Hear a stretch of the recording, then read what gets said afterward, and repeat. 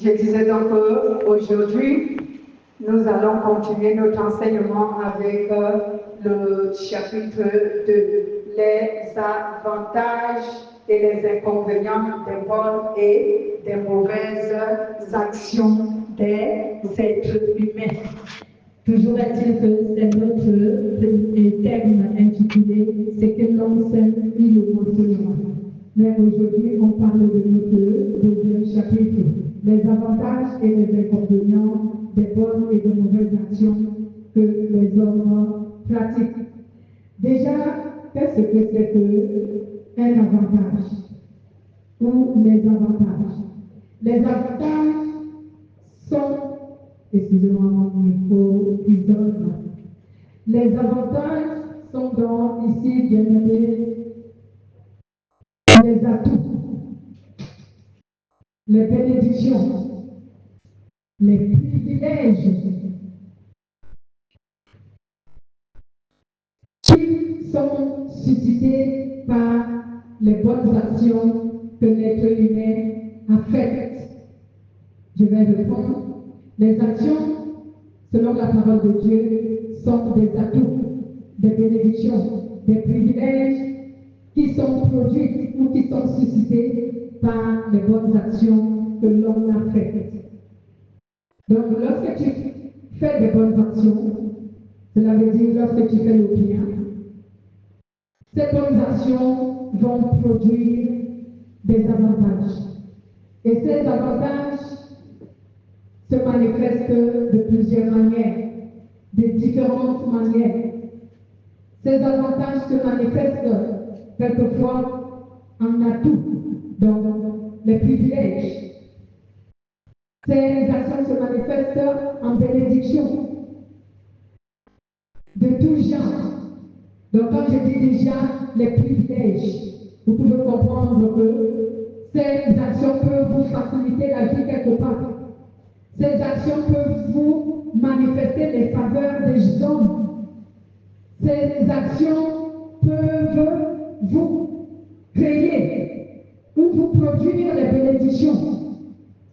Ces actions peuvent même aller jusqu'à produire les miracles, parce que les miracles entrent dans le cadre des bénédictions. Amen. Voici donc ce qu'on appelle un avantage. Et les inconvénients sont des conséquences ou encore des répercussions qui sont suscitées par les mauvaises actions que l'homme a produites. Donc, lorsque tu produis des mauvaises actions, ces mauvaises actions vont créer des inconvénients dans ta vie. Et ces inconvénients, bien aimés, peuvent susciter beaucoup de malheur, beaucoup de souffrance dans ta vie. Quelles sont les bonnes actions produisent dans la vie de l'homme? Beaucoup plus d'avantages qui seront d'une grande utilité pour sa vie. Et les mauvaises actions produisent les malheurs qui seront un désastre dans la vie de l'homme. Voici donc pourquoi le Saint-Esprit ayant pris cet enseignement nous prépare ou nous enseigne à faire et à pratiquer les bonnes actions afin que cela nous soit utile pour notre vie. Et nous avons appris que nos actions peuvent également influencer les vies des autres personnes. Nos actions peuvent influencer d'autres personnes dans plusieurs domaines et de plusieurs manières, de différentes manières. Lorsque je pose une bonne action, par exemple, cela peut bénir une personne. Cela peut apporter une bénédiction pour une personne. Je prends un exemple. Le Saint-Esprit m'utilise pour vous enseigner, c'est une bonne action. C'est à moi qu'il a appris cette parole. Il ne vous l'avait pas appris avant moi. Il ne vous avait pas enseigné ce personnes avant moi. C'est à moi qu'il a enseigné. Et quand il m'a enseigné, il veut maintenant que je me serve de cet enseignement qu'il m'a donné pour d'autres personnes.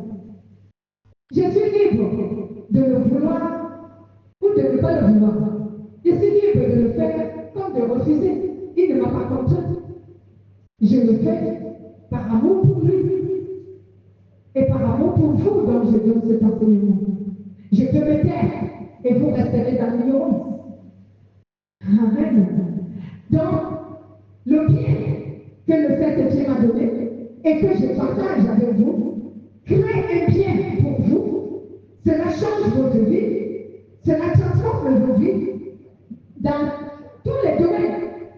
Parce que c'est l'enseignement que je vous donne. Sans oublier que c'est la parole de Dieu qui bénit.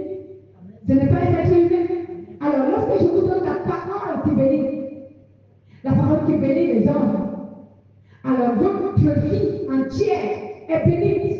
Parce que dans tout domaine de votre vie, la parole de Dieu interfère et elle la transforme selon qu'elle le veut. Parce que la parole de Dieu est un potier, c'est un artisan qui façonne son œuvre selon sa volonté. Donc lorsqu'il a façonné votre vie, que ce soit votre vie financière, c'est qu'il fera que vous aurez des finances et vous saurez les gérer. Si elle transforme votre vie conjugale, vous deviendrez un bon époux ou une bonne épouse dans votre foyer et vous vivrez le bonheur dans votre foyer. Si elle transforme votre cœur selon l'amour, le lien familial, cela va transformer votre manière de voir les membres de votre famille et votre amour pour votre famille, pour les membres de votre famille va augmenter. Et cela va amener l'union, la paix. Et nous savons que lorsqu'une famille est unie, elle prospère. Alléluia. Vous voyez comment une seule bonne action peut produire beaucoup de bénédictions. Elle est comme la branche d'un arbre qui produit beaucoup de fruits. Parce qu'une branche, lorsqu'elle pousse, elle donne un autre rejeton d'une autre branche. Elle pousse, elle donne un autre rejeton. Et quand les fruits viennent, les fruits se produisent sur toutes ces branches. Amen. Un seul arbre qui produit une branche, et une autre en produit une autre en produit une autre, et les fruits germent dans toutes ces branches. Regardez un seul arbre, combien de fruits il aura produit. Alléluia. C'est ça faire le bien. C'est le véritable exemple que vous devez prendre. Lorsque tu fais du bien, ton bien, tes bonnes actions peuvent régénérer beaucoup d'autres bonnes actions. Bien aimé, tu peux changer la vie d'une personne avec beaucoup plus de bonheur, de réussite, de succès, de paix, de joie, parce que tu auras transmis une bonne œuvre, tu auras pratiqué une bonne œuvre. Alléluia. Donc, lorsqu'on pratique des bonnes œuvres, bien aimé, cela va te revenir. Je vais continuer à prendre cet exemple de l'arbre qui produit, qui a donné une branche et une branche en a donné une autre, et ainsi de suite. Les fruits de cet arbre, est-ce qu'ils tombent ailleurs? Ils ne tombent pas ailleurs. Les fruits de cet arbre tombent sous cet arbre. Alléluia. Imaginez-vous donc que si cet arbre était un être humain, qui consommerait cette fruits? C'est lui. Parce que cette fruits tombe sous ses pieds. Amen. Il ne tombe pas ailleurs. Vous ne pouvez pas voir des fruits d'un arbre aller tomber à l'extérieur. Sauf si c'est un oiseau qui l'a transformé pour l'amener ailleurs. Les fruits d'un arbre tombent sous cet arbre. Alléluia. Et si cet arbre est un être qui peut s'en servir, c'est lui qui va bénéficier. Cela voudrait dire que, bien aimé, lorsque tu accomplis des bonnes œuvres, les œuvres que tu as accomplies, soit pour toi-même ou soit pour quelqu'un d'autre, qui influence ta vie ou qui influence la vie d'une autre personne, les bénédictions vont te revenir. Alléluia. Les produits, les fruits, le profit de ce que tu as fait va toujours te revenir. Supposons que la bonne action que tu as faite a béni une personne. Bien aimé, certaines de ces personnes peuvent être reconnaissantes pour revenir vers toi te bénir. Et si ce n'est pas le cas, Dieu qui sait que le fruit qui est produit là-bas vient de tel arbre, cela veut dire la bénédiction qui a été produite chez telle personne, c'est telle personne qui a pratiqué une bonne action. Donc c'est l'œuvre de l'action de Madeleine qui produit de l'autre côté le fruit. Et Dieu qui le sait, lui, il va nous récompenser. Alléluia. Même si la personne chez qui cette bonne action est en train de produire le fruit ne le connaît pas, mais Dieu, lui, il sait que l'action qui a produit le fruit, par exemple, chez lui, vient de chez eux. Cette action, c'est Madeleine qui l'a faite. Alors, Dieu, lui, il va me récompenser, même si lui ne me connaît pas. Amen. C'est pour cela qu'on dit que tout ce que l'homme fait, il le mentionnera. Tout ce qu'il fait, il le mentionnera. Parce que Dieu, il est juste. Bien aimé, comme je disais, un arbre en produit un rejeton en produit un autre, ainsi de suite. Alors Dieu, qui connaît tous les rejetons qu'un arbre a produit et tous les fruits que ces branches ont produit, Dieu qui sait quelle est l'origine de ce fruit. Lui, il revient toujours bénir celui qui est le symbole de l'arbre, donc celui qui a produit la bonne action dès le départ. C'est pour cela que accomplir les bonnes actions, tu ne perds rien. Au contraire, tu bénéficies. Comme dimanche dernier, le Saint-Esprit nous a appris que c'est une manière d'épargner ton trésor auprès de Jésus. Quand tu accomplis de bonnes actions, tu as épargné ton trésor. Bien aimé, l'épargne, par exemple, prenons les exemples financiers. Quelqu'un qui épargne son argent dans une banque, bien aimé, la banque en profite de ça pour prêter même aussi à d'autres personnes l'argent de l'autre. N'est-ce pas? Quand nous déposons notre argent à la banque, est-ce que ce n'est que nous seuls qui profitons de ça? Non. La banque en profite parce que cet argent nous régénère le profit. Mais également, d'autres personnes reçoivent cet argent en guise de prêt. Et eux aussi, ils s'en servent pour résoudre leurs problèmes. Donc tout le monde profite. Alléluia. Et souvent, quand ça dépend des comptes, si c'est un compte d'épargne, cet argent te régénère des profits, toi aussi qui as épargné. Mais quand tu gardais ton argent dans la maison, tu creuses la terre et tu l'enterres. Comme certaines personnes ont souvent fait autrefois, je ne sais pas si les gens continuent à le faire aujourd'hui. Tu creuses le sol et tu enfouis ton argent là-dedans. Il va profiter à qui? À personne. Et si tu meurs même, personne ne saura que l'argent a été enfoui quelque part, c'est fini. Et d'autres même, les termites, ils le rongent si tu n'as pas bien conservé. Alléluia.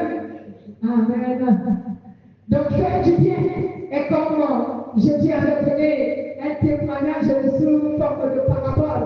Quand il dit un homme qui s'en va à un voyage, un roi qui va à un voyage, et il avait son argent, il n'a pas voulu mettre son argent dans une banque. Il a choisi 3 ouvriers et il a donné à chacun une part. Et il les a dit, allez et fructifier ce que je vous ai donné. C'était une bonne action, non? De leur donner cet argent. Chacun d'eux pouvait faire de cet argent ce qu'il voulait parce qu'il leur a dit, allez fructifier. Mais deux seulement sont allés faire valoir ce que le roi les avait donné. Il y a un qui a fait comme je vous ai dit. Il a creusé le sol et il a enfouillé. Il a dit, mon chef, il est très très sévère. C'est un homme méchant. Donc, moi, je n'ai pas envie d'avoir de problème avec lui. J'ai gardé son argent ici quand il va venir chez lui, il donne son argent. Amen. Mais il ne savait pas que ce raisonnement était bête.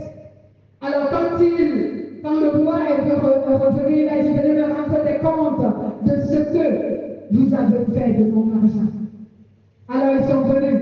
Le premier de lui dit, tu m'as donné 10 talents. J'ai multiplié, voici 20 talents. Il a dit, sois béni, tu es un bon serviteur. Alléluia.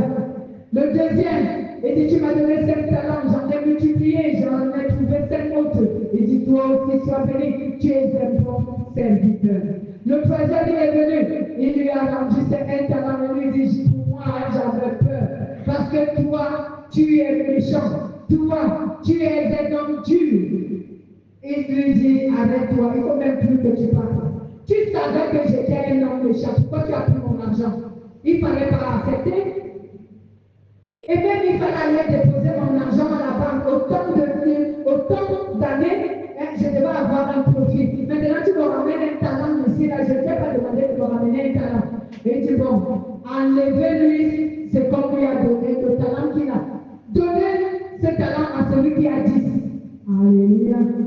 Vous comprenez un peu cette parabole? Donc, celui qui a 10, on lui avait d'abord donné 10. Il a multiplié, il a eu 20. Et on lui a ajouté encore les 1 talent de celui qui se méfiait. Amen. Beaucoup de gens se méfient à faire du bien, donc nous l'avons appris dimanche dernier. Ils se méfient parce qu'ils se disent qu'ils n'auront pas à gagner de ce bien. Donc, ils se méfient, ils préfèrent ne rien dire, ne rien faire. Amen. Et Dieu nous a appris qu'on n'a pas à se méfier. Parce que ce ne sont pas ceux à qui nous faisons du bien qui vont nous récompenser, mais c'est lui qui va nous récompenser. Et déjà, nous devons savoir que c'est une loi spirituelle et naturelle. C'est un principe de la vie qui se réalise toujours. Donc, si tu sèmes, tu vas finir par récolter. Amen. Si tu sèmes, tu vas toujours récolter. Donc, autant mieux continuer à s'aimer. Même si tu sais dans une terre aride, parce que ce sont ceux qui sont ingrats, qui sont des terres arides. Mais quelquefois, même quand tu sais dans une terre aride, mais si tu t'attendais à 10 fruits, ça peut te produire même 2. Néanmoins, tu auras quand même gagné, même si c'est 2. Mais c'est ça de la terre aride. Tu ne peux pas gagner, même si tu sèmes. Effectivement, ce que vous dites est réel et c'est ça que j'explique. La terre aride, c'est celle qui ne donne jamais du fruit. Mais même la terre aride, à cause de ce que c'est, le bien que tu fais, elle va finir par te donner quand même un fruit. Alléluia. Dieu va la rendre fertile. Parce que ce que tu fais ne répond pas à la volonté de Dieu. Donc Dieu va finir par rendre cette terre fertile. Allez voir, il y a les gens qui cultivent dans le désert de Sahara et ça produit. Alors que normalement, ça ne devrait pas produire. Mais Dieu bénit ces gens-là.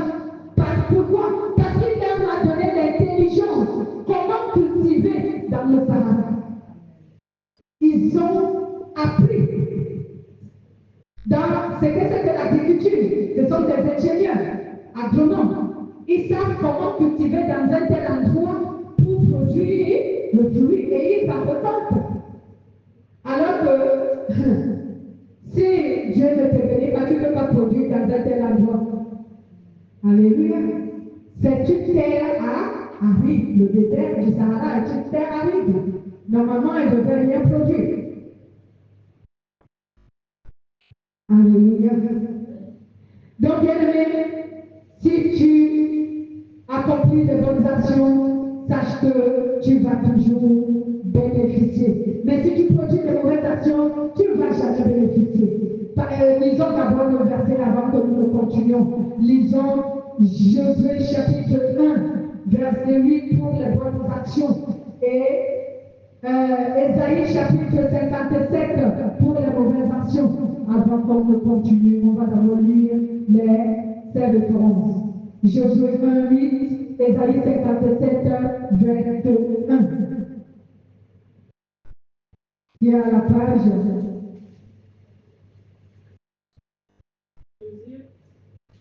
1, 8, oui, 1, 8. Chapitre 1, verset 8. Oui.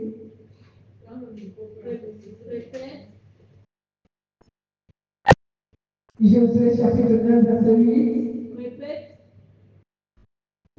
Répète sans cesse les enseignements du livre de la loi et médite les jours et nuits de façon à observer tout ce qui est écrit.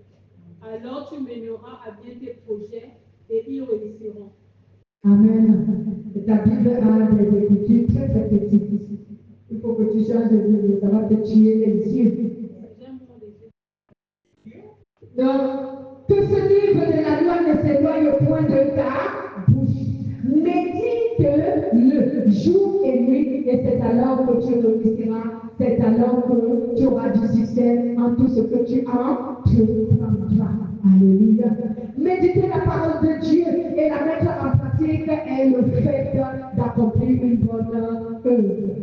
Tu obéis à Dieu, n'est-ce pas? Nous avons dit dimanche dernier qu'obéir à Dieu entre dans le cadre d'accomplir les bonnes actions.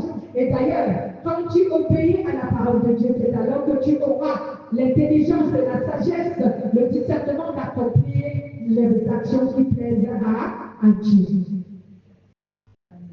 Parce que si tu n'as pas la parole de Dieu pour la méditer, tu ne sauras pas, tu ne connaîtras pas quelles sont les actions que Dieu approuve. Mais si tu médites la parole de Dieu et que tu entres dans la connaissance de la parole de Dieu, si tu la mets en pratique, c'est alors que tu auras la capacité de produire ce qui plaît à Dieu. Lisons Ésaïe 57, verset 21. Ésaïe 57, verset 21. Le salut, a dit mon Dieu, n'est pas pour les gens sans foi ni loi. Non, 57, verset 21. C'est ça, c'est le dernier verset? C'est le dernier verset. Non, 57, 21. Il n'y a point de paix, dit mon Dieu pour les méchants. Oui, comme ça, il dit ta Bible a des petites écritures, tu t'en sors plus. 57, 21, la Bible dit, il n'y a point de paix, dit Dieu pour les méchants. Ta Bible est quoi, français courant? Ça doit être sur l'autre chapitre. C'est comme ça le français courant. C'est sur l'autre chapitre. Donc, la Bible nous dit donc, il n'y a point de paix, dit mon Dieu, pour le méchant. Voici ce que Dieu dit. Dieu dit que pour le méchant, il n'y a pas de paix. Donc, ce que voudrait dire ici que bien-aimé, si tu accomplis des mauvaises actions, sache que tu n'auras pas la paix. De pourquoi? Parce que même au-dedans de ton insubvention ou dans ta conscience, tu seras toujours jugé. Il y a des gens qui accomplissent des mauvaises actions et qui font semblant d'être en paix, mais ils sont tourmentés lorsqu'ils sont tout seuls. Amen.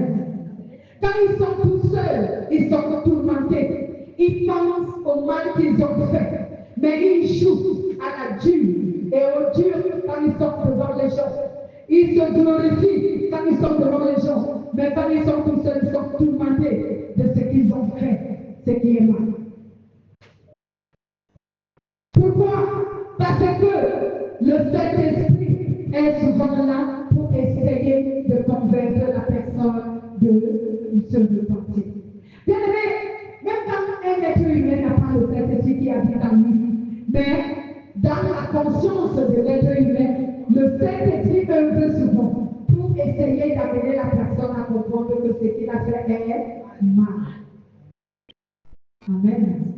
Oui, même quand le Saint-Esprit n'habite pas en toi, il est capable de le faire. Parce que la conscience et le subconscient sont des esprits dont le Saint-Esprit peut facilement atteindre. S'il n'arrive pas à atteindre ton cœur, il va atteindre ton subconscient. Ou encore ta Alléluia. Oh, merci Saint-Esprit que tu es Dieu. Donc, bien aimé, nos bonnes actions ou alors nos mauvaises actions peuvent, comme je le disais tantôt, influencer d'autres personnes, soit négativement, soit positivement. J'ai donné des exemples lorsque j'ai parlé des branches. Maintenant, je vais donner un exemple biblique. Nous allons lire une histoire, pas totalement parce qu'elle est très longue. J'ai pris certaines séquences que nous allons lire. L'histoire du roi David avec le fils du roi Saoul qu'on appelait Jonathan. C'était l'histoire du fils du roi Saoul. Saoul avait des fils, mais il y avait l'un de ses fils qu'on appelait Jonathan. Il était devenu ami avec David avant que David ne devienne roi. Il était devenu son ami. Amen. Nous allons un peu prendre cette séquence qui nous permettront de comprendre. Lisons 1 Samuel, chapitre 18, verset 1 à 4. Après, nous lirons 2 Samuel, chapitre 9, verset 1 à 13. On commence par 1 Samuel 18. 2 Samuel, chapitre 9, verset 1 à 13. Ceci va nous montrer l'exemple des bonnes actions bien-aimées. Quand tu produis une bonne action, qu'est-ce que cela peut produire dans la vie des autres, mais surtout dans la vie de tes enfants bien-aimés. Chez nous, on dit souvent qu'une personne qui a les bracelets à la main n'enfonce pas sa main, qui a les bracelets dans un trou, il risque de ne pas la retirer. Amen. Cela veut dire que si tu as des enfants, ne fais pas du mal, parce que même si les enfants le mal risquent de te produire. Oui, et quand tu as des enfants, fais du bien. Et tu es en train de préparer l'avenir de tes enfants. Lisons donc, vous êtes à la page. Lisez donc. 1 Samuel 18, Verset 1 à 4. exact. Dès que David eut fini de parler à Saül, Jonathan s'attacha à David, et Jonathan l'aima comme lui-même. Ce même jour, Saül retint David et ne le laissa pas retourner dans la maison de son père. Jonathan conclut une alliance avec David, parce qu'il l'aimait comme lui-même. Il ôta le manteau qu'il portait pour le donner à David, ainsi que ses habits, et même son épée, son arc et sa ceinture. Amen. Amen. Donc, Jonathan aimant David. Et il fait quoi? Il donne tout ce qu'il avait à David. Il lui donne son manteau, il lui donne son épée, il lui donne son arc, il lui donne ce qu'il avait. Et il conclut une alliance avec lui, laquelle? Il dit à David, l'Esprit de Dieu avait animé Jonathan. Il dit à David, lorsque tu seras roi, pense à ma progéniture. Alléluia. Et pourtant, David n'était pas encore roi. Il était venu dans la maison du roi Saoul pour apaiser l'esprit mauvais. Le cœur, l'esprit du roi David et pardon du roi Saoul à cause du démon qui le manipulait. Donc il était venu apaiser l'esprit du roi Saoul avec sa musique parce que lui il savait faire la musique.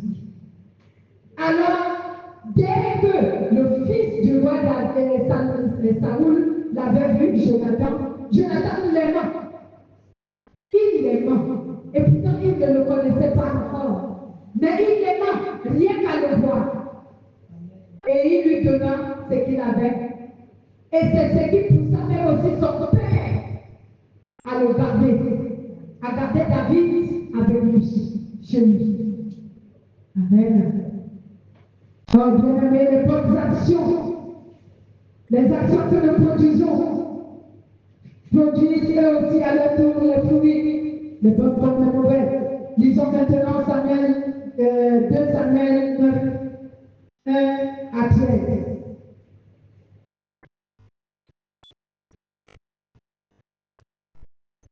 Allez-y, bien-aimés. David dit, reste-t-il encore quelqu'un de la famille de Saoul pour que j'use de bienveillance envers lui à cause de Jonathan? Il y avait un serviteur de la maison de Saoul, nommé Siba, que l'on fit venir auprès de David. Le roi lui dit, es-tu Siba? Et il répondit, je le suis, moi ton serviteur. Le roi dit, n'y a-t-il plus personne de la famille de Saoul pour que juge envers lui de la bienveillance de Dieu? Et Tibal répondit au roi, il y a encore un fils de Jonathan, perdu de pied. Perdu de pied. Oui, je veux dire handicapé. Oui, allez-y. Le roi lui dit, où est-il? Et Tibal répondit au roi, il est dans la maison de Makir, fils de Amiel, à Lodebar. Le roi David l'envoya chercher dans la maison de Makir, fils de Amiel, à Lodebar.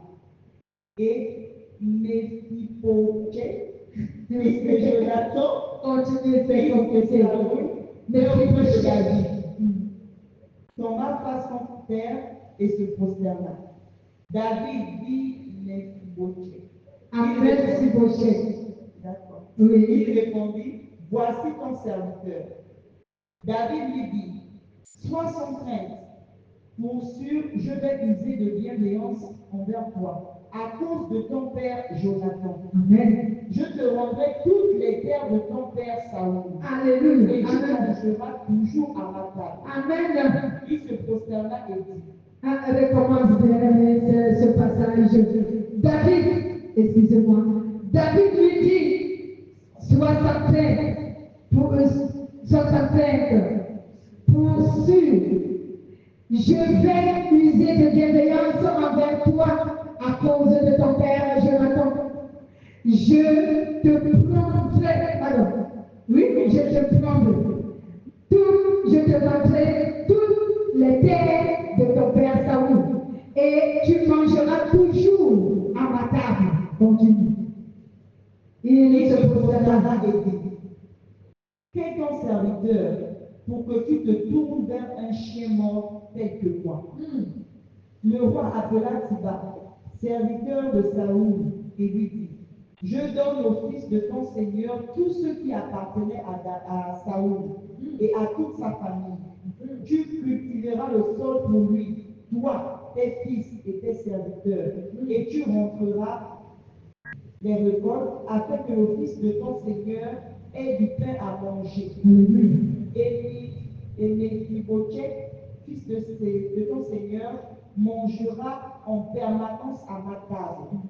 Or, Siba avait 15 fils et 20 serviteurs. Siba dit au roi, ton serviteur fera tout ce que le roi mon Seigneur ordonne à son serviteur. David avait dit, Méphibosheth mangera à ma table, comme l'un des fils du roi. Méphibosheth avait un jeune fils nommé Mika, et tous ceux qui demeuraient dans la maison de Siba étaient serviteurs de Méphibosheth. Méphibosheth habitait à Jérusalem, car il mangeait en permanence à la table du roi. Il était boiteux des deux pieds. Amen. Méphibosheth habita à Jérusalem, car il mangeait en permanence à la table du roi. Il était boiteux de pied. Bien-aimés, vous avez vu combien les bonnes actions sont capables de régénérer du bien pour toi, pour ta descendance et même pour d'autres personnes. Cet homme qui était perdu dans une maison, bien-aimé, n'ayant pas où aller, parce que la descendance du roi Saoul était presque morte. Et lui, il était resté. Mais un homme l'a recueilli cet homme dont la Bible parle ici, qui s'appelait Siba. Siba l'avait gardé chez lui. Mais quand Dieu toucha le cœur de David, lui dit maintenant tu es roi, souviens-toi de Jonathan. Souviens-toi de lui, parce qu'il t'avait fait du bien. Ce n'était pas le seul bien que Jonathan avait fait à David, de lui donner son arme, son épée, ses vêtements. Mais il avait aussi parlé de la mort, parce que son père, le roi Saoul, voulait tuer David.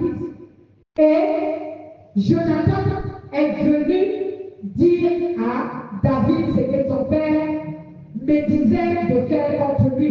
Et il a tout fait pour faire fuir David. Il a fait en sorte que David fuit.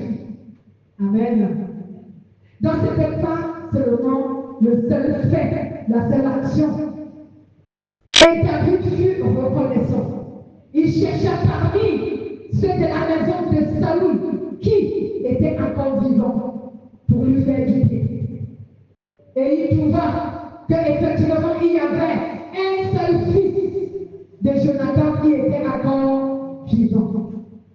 Et il le récupéra chez lui, puisqu'à ce moment David était déjà roi. Il le récupéra chez lui et il lui donna tout le bonheur de quelqu'un qui vit dans la maison du roi. Il était considéré comme un membre de la famille de David, alors que ce n'était pas le cas génétiquement.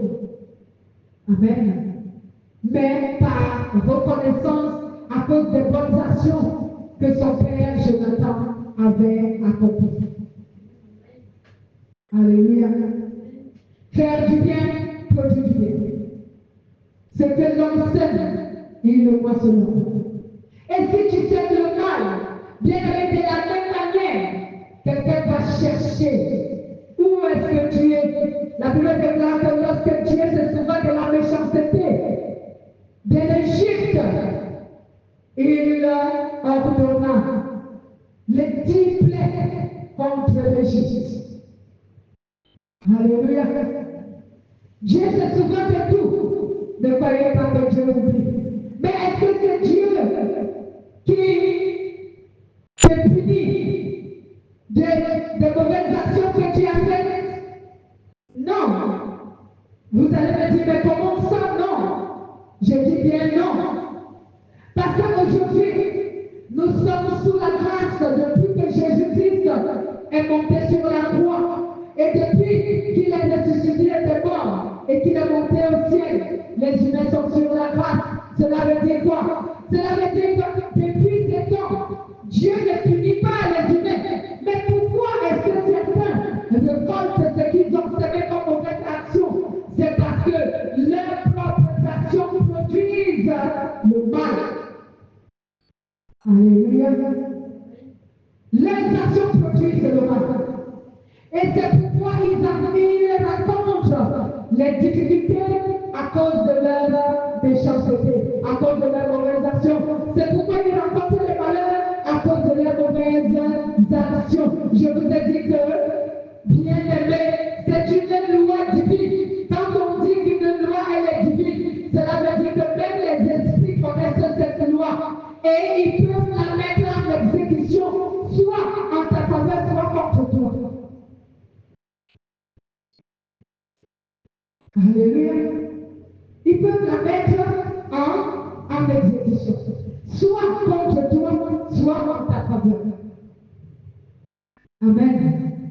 Je vais vous donner un chapitre, un exemple. On va parler de l'histoire du roi Hérode. Actes des Apôtres, chapitre 12. Un exemple bien aimé de quelqu'un qui commet de mauvaises actions et qui jouit de sa méchanceté, croyant que tout va bien. Mais quand ces mauvaises actions, Actes chapitre 12, allons-y, je vais vous donner les versets. Bien aimé, Tout ce que l'homme sème, il va le récolter, il va le moissonner.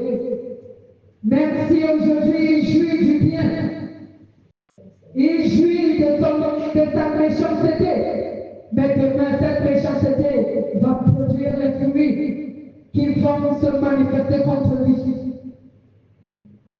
Lisez à partir du verset 20 jusqu'au verset 23.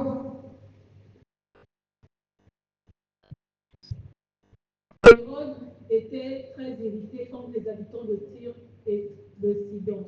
Ceux-ci se mirent d'accord pour se présenter devant lui. Ils gagnèrent à leur cause Blatus, l'officier de la chambre du roi. Puis ils allèrent demander à Hérode de faire la paix, car leur pays s'approvisionnait dans celui du roi. Au jour fixé, Hérode mit son vêtement royal, s'assit sur son trône et leur adressa publiquement un discours. Le peuple s'écria, « C'est un Dieu qui parle et non pas un homme. » Mais au même moment, un ange du Seigneur frappa Hérode, parce qu'il s'était réservé l'honneur dû à Dieu. Il fut rongé par les vers et mourut. Amen. Bien aimé, la Bible dit qu'à l'instant même, l'ange de l'Éternel gifla Hérode.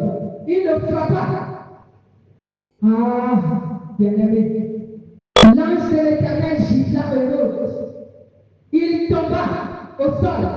Il mourut. Et à l'instant même, les vers de terre sortirent de son corps, de son cadavre. Alléluia. Ici, nous voyons que ce fut la mort. Mais pour d'autres personnes, on voit le malheur qui s'abat sur eux à cause de leurs mauvaises actions. Alléluia. Je vais vous donner un petit témoignage que j'ai vécu. J'ai vu, j'ai entendu. Alléluia. Il y avait un professeur qui était très méchant envers les élèves. Il y a certains, bien aimés, il y a certaines professions que les gens méchants ne doivent pas vraiment exercer. Mais comme on ne peut pas les reconnaître, c'est un peu compliqué. Mais je vous assure qu'il y a certaines professions que les gens qui sont méchants, ils ne devraient pas exercer ces professions. Je vous assure la vérité. Parce qu'ils font tellement du mal. Amen.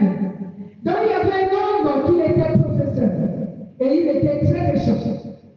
Dans sa méchanceté, il a tellement réduit certains élèves à l'échec.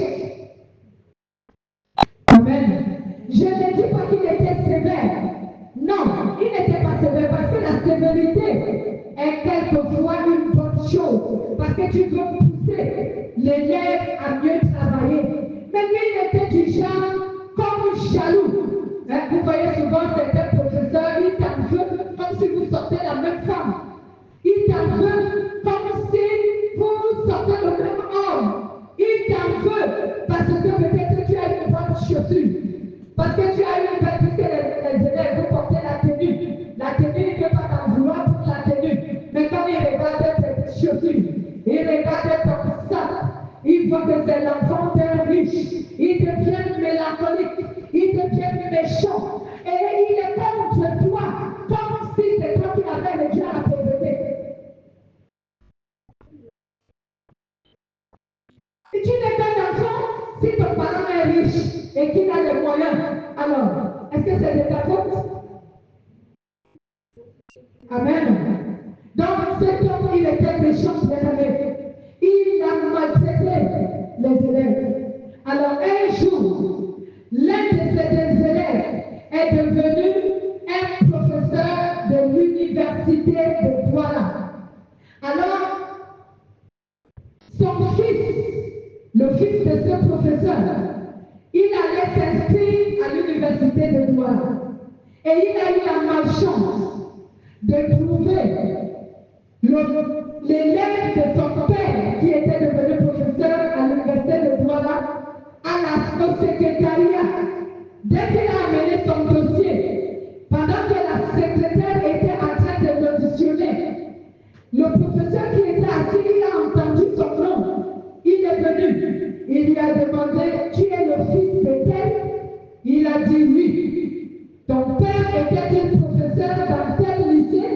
Il a dit oui. Il lui a dit, donne-moi ton dossier. Il a pris son dossier. Et il lui a dit, va dire à ton père que l'élève qui s'appelle tel, je suis professeur à cette université. Tant que je suis professeur à cette université, aucun de ses enfants n'accédera à cette université. Va dire ça à ton père. Alléluia. Ne présentez pas bien-aimé. Bien-aimé, cette nouvelle, je l'avais vécue. Donc ce sont des choses. Cet enfant est rentré chez son père en train de pleurer. Mais que faire? Ce monsieur était catégorique. Que quand il est professeur à cette université, cet enfant ne va jamais accéder. Et l'un de ses enfants ne va pas accéder à cette université. Le professeur de l'université, lui aussi, il plante aussi mauvaise. Mais c'est la méchanceté du père de l'autre qui est en train de produire le fruit. Et lui aussi, en même temps, Oui, lui aussi, il plante le grain de méchanceté. C'est comme la méchanceté peut produire la méchanceté et cela continuellement. Encore et encore. Alléluia. Donc il y a certaines personnes, comme je disais tantôt, il y a certaines personnes qui ne devraient pas exercer dans certains endroits, sauf quand ils sont méchants. Cet homme, il était méchant. Oui, quand tu deviens chrétien, tu pardonnes. Mais quand tu n'es pas chrétien, tu n'as pas la sémence et la puissance qui pardonne, tu ne peux pas pardonner. Oui. Le fait que ce soit qu'on est chrétien ou pas, mais je me dis quand même, vu que lui, il a eu un mauvais modèle en tant qu'enseignant, il doit plutôt se dire qu'il ne devrait pas justement perpétuer ce mauvais modèle. Il avait gardé la rancune contre ce monsieur et il était destiné à se venger. C'est pour ça. Le mal produit le mal. C'est pour montrer, effectivement, voici que ça vous fait mal. C'est pour cela que Dieu te dit ne produisez pas le mal. Oui?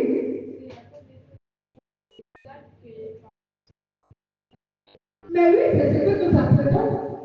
Les actes qu'un être humain produit, ça manifestera, ces actes manifesteront dans sa vie et même dans la vie des autres personnes. Donc si tu es un parent, tu fais du mal, ce mal un jour va manifester contre toi et même contre ta progéniture. Amen. Moi qui vous parle par exemple, rien que mon nom m'a sauvé quelque part. Quand je me suis présentée, cette dame m'a aidée parce qu'elle avait le même nom que moi, alors qu'on venait des provinces différentes. On n'était pas de la même province, mais tout simplement parce qu'elle portait le même nom que moi, le nom de famille. Et elle m'a pris comme si j'étais son enfant. Tout ce que j'étais allée faire, elle l'a fait par elle-même. Alléluia. Donc, faites attention aux mauvaises actions, parce que toute action régénère le fruit de son espèce. C'est ce qu'on a appris. Les mauvaises actions régénèrent les mauvais résultats. Cela régénère la méchanceté. Lorsque tu accomplis une mauvaise action contre quelqu'un, lui aussi, s'il n'est pas chrétien, et même s'il n'est pas un chrétien repenti, même parce que même les chrétiens se vengent aujourd'hui, s'il n'est pas un chrétien repenti, il va se venger. Alléluia. Oui, même les chrétiens parlent contre la vengeance. C'est le chrétien repenti qui ne se venge pas. Alléluia. Il sait que Dieu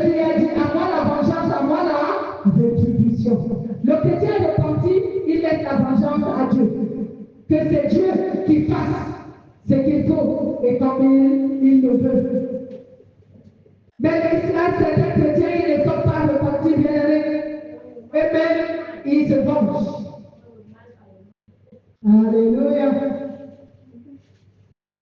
Moi, je laisse Dieu se venger. Cela veut dire, je laisse.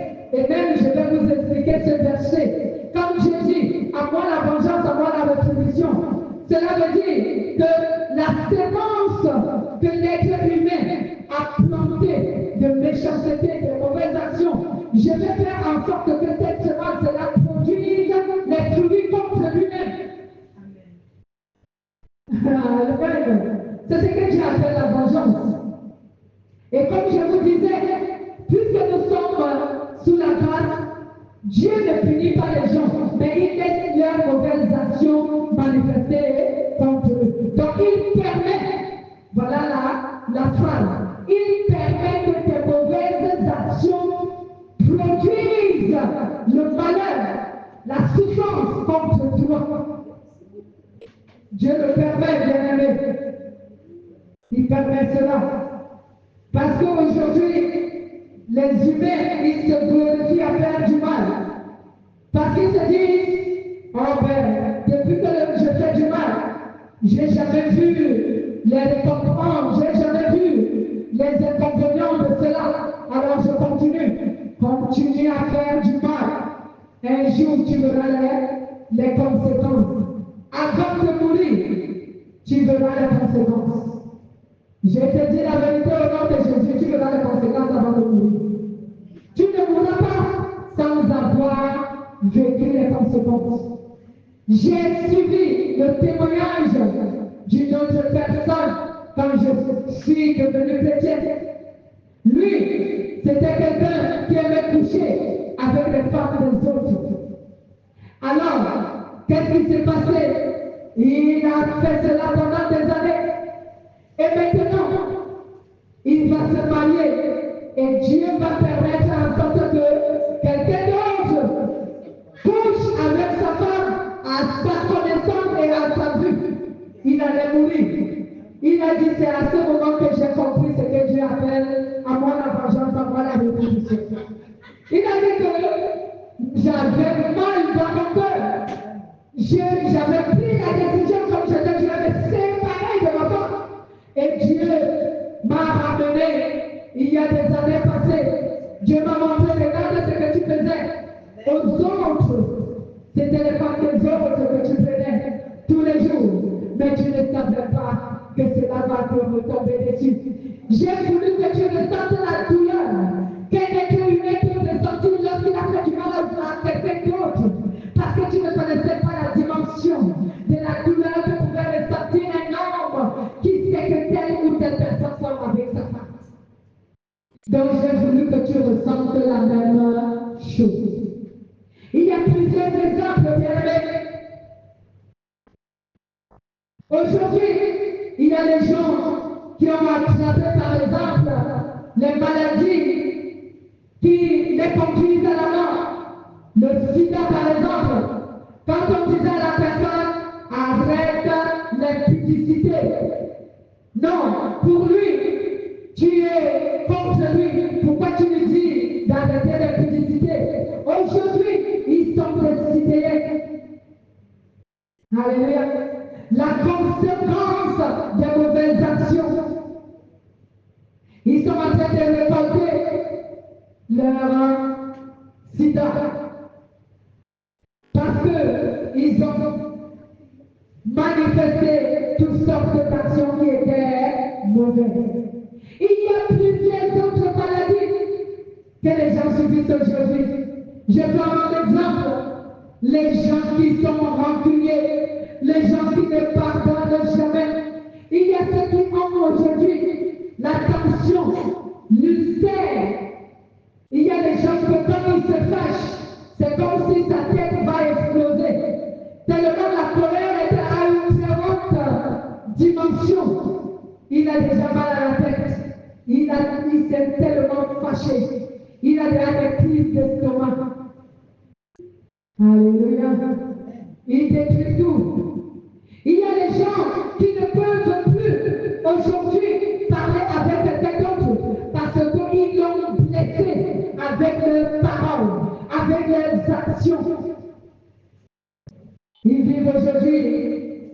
l'inimitié.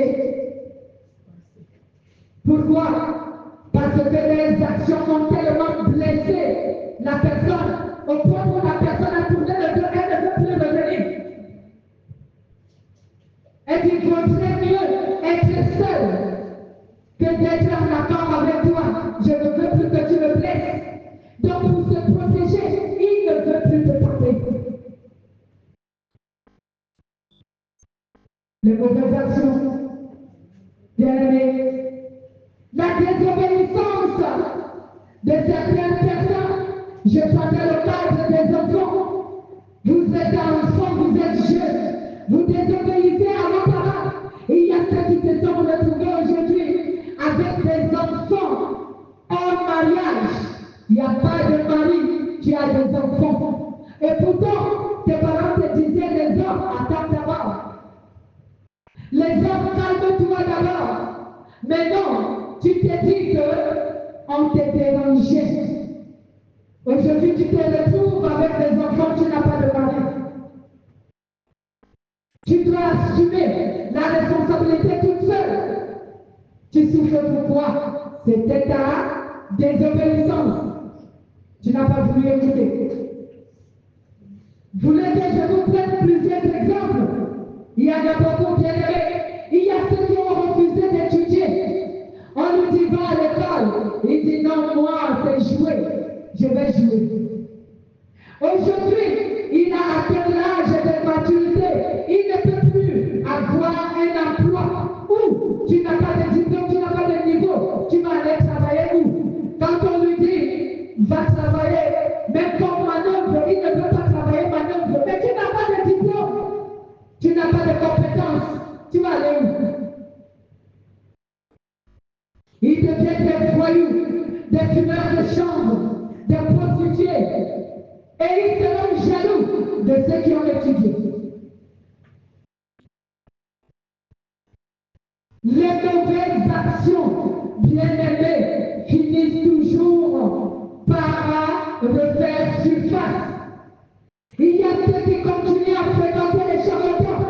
Aujourd'hui, ils sont possédés. Ils vont d'église en église pour qu'on les chasse les démons qu'ils sont allés chercher dans le charlatanisme.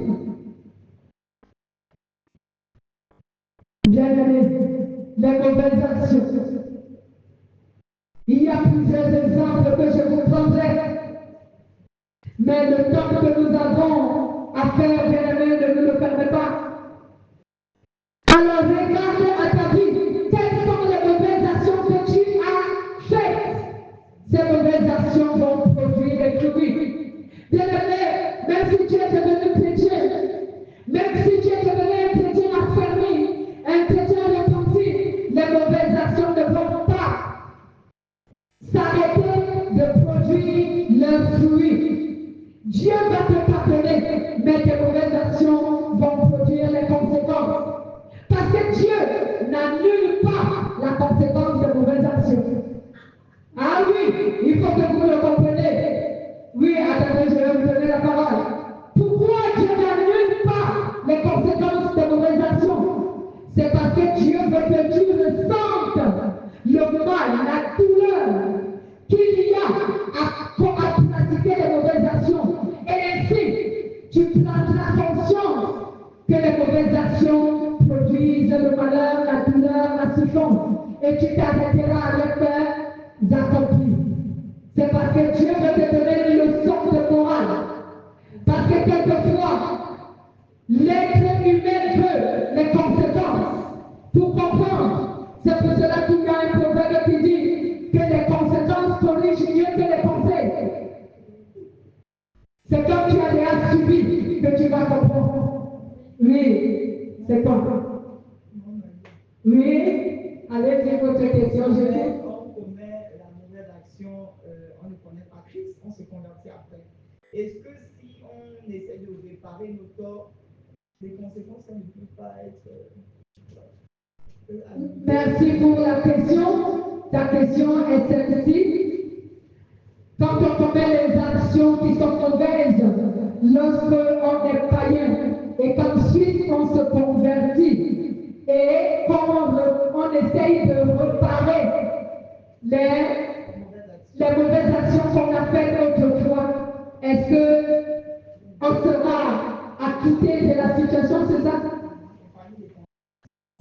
Bien-aimé, dès que tu plantes, la semence va commencer à germer. Alléluia. Je reviens là-dessus. Lorsque tu creuses la terre, tu lances la semence. Tu ne la déterres pas tout de suite, mais tu la laisses en terre.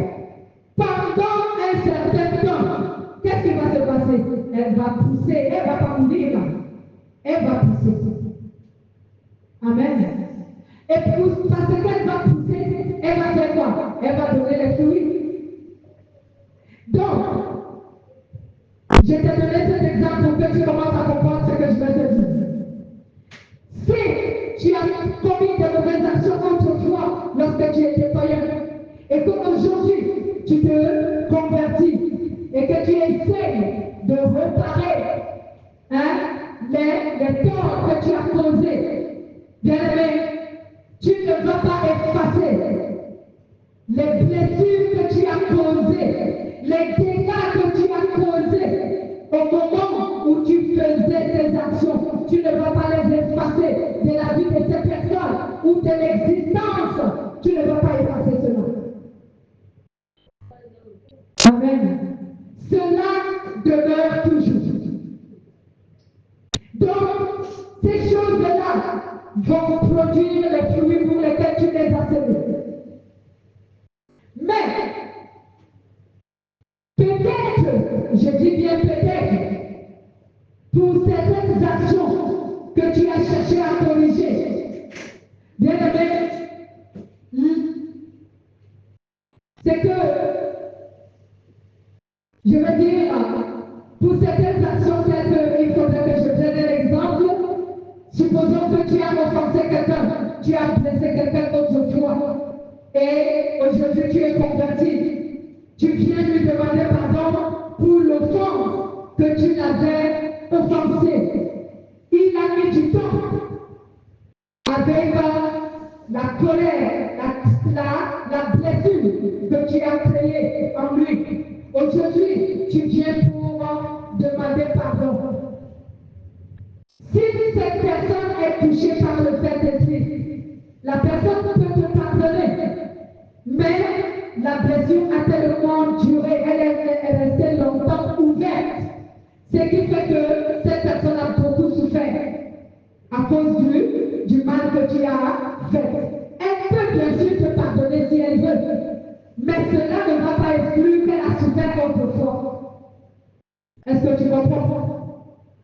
Cela n'exclut pas que autrefois elle a beaucoup souffert à cause de ce que tu as fait. Mais néanmoins, elle peut te pardonner si elle le veut. Elle peut te pardonner. Ça dépend de la personne. Et ça dépend de ce que le Saint-Esprit touche le cœur de la personne. C'est pourquoi on dit, quand tu vas te réconcilier avec une personne, il faut d'abord prier. Cela veut dire recommander son cœur au Saint-Esprit afin qu'il touche son cœur. Toucher veut dire afin qu'il dispose de son cœur avant que tu n'aies à lui parler. Amen. Qui dispose de son cœur à recevoir ton pardon. Parce que d'autres personnes, si tu ne sais que Dieu ne dispose pas ton cœur, il ne peut pas te pardonner. Parce que la blessure n'a pas été totalement cicatrisée. Ou même si elle a cicatrisé, la cicatrice est là. Il la voit, même si la blessure elle est guérie, mais la cicatrice est là, il voit toujours la cicatrice. Cela veut dire, il se souvient toujours de ce que tu as fait. Alléluia. Alors, c'est pour cela que bien aimé toi et moi, aujourd'hui, que nous sommes chrétiens, pour ne plus à ce que tu blesses, pour ne plus à ce que tu fasses ce qui est mal, de peur que tu subisses les conséquences, les malheurs du produit de tes mauvaises actions. Dieu te conseille qu'aujourd'hui, fais tout ce qui est bien. Accomplis les bonnes actions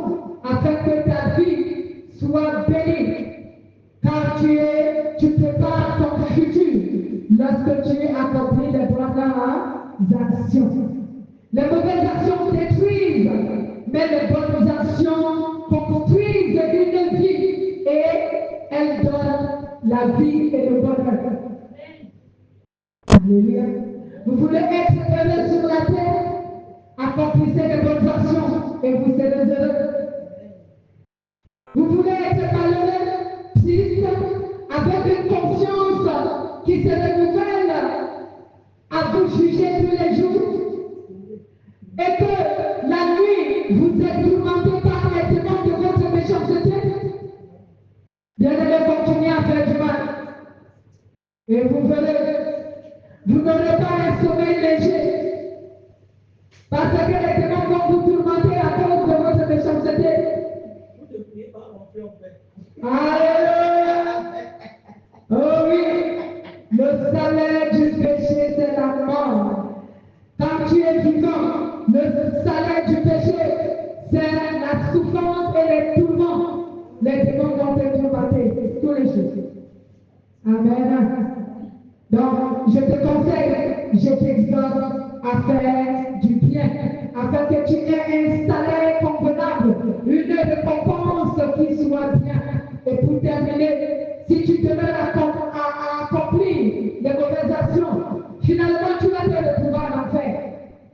Parce que non seulement tes mauvaises actions vont revenir contre toi sur la terre, mais après la mort, tu vas te retrouver en enfer avec le diable. Il va te dire, bon, tu sais, tout ce que tu faisais là-bas, ta méchanceté, c'est moi qui t'avais poussé. Maintenant, tu viens ici me retrouver. On reste ici. Et il va te tourmenter, plus que tu étais tourmenté ici. La chaleur va te brûler tous les jours. Les démons vont te piquer des flèches tous les jours.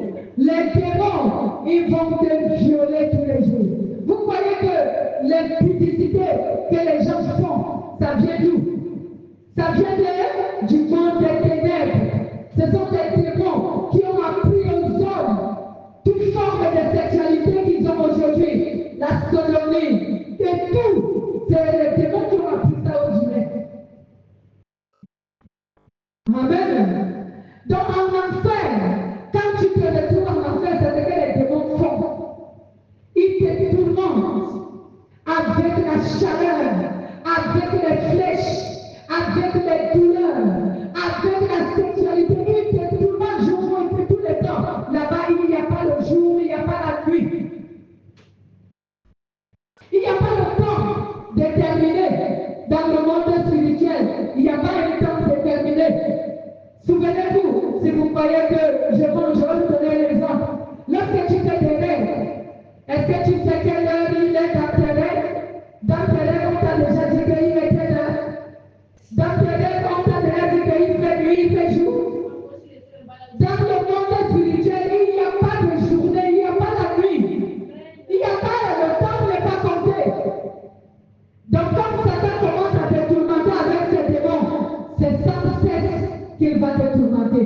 Parce qu'il n'y a pas d'heure, il n'y a pas de jour, il n'y a pas la nuit, il n'y a pas le temps. Le temps n'est pas compté là-bas. Alléluia. Bien-aimé, fais le bien. Pour que toi et ta famille soyez bénis comme l'avait dit Josué. Amen. Moi et le Seigneur, moi et ma famille, nous adorerons l'Éternel afin que notre bénédiction soit grande.